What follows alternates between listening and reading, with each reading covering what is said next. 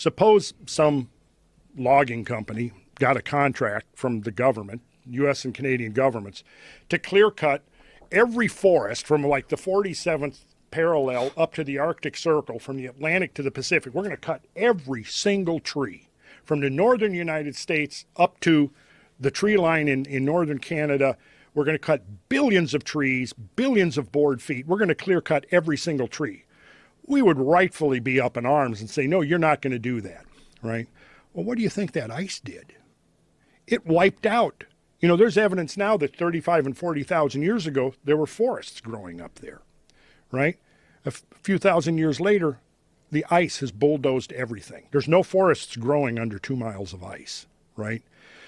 Imagine if we said, well, we're going to just decimate the shallow marine ecologies. We're going to go in there and we're going to just wipe out the coral reefs. We're going to overfish them till there's nothing left of the shallow marine ecologies less than 400 feet below sea level. Well, what do you think a drop in 400 feet in the sea level did to the shallow marine ecologies, to the coral reefs that were growing there? You see, that's what I'm just saying.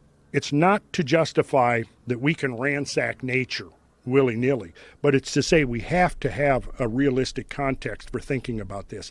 And bear in mind, the environmental movement was born during an era of total gradualistic dominance in the 50s and 60s.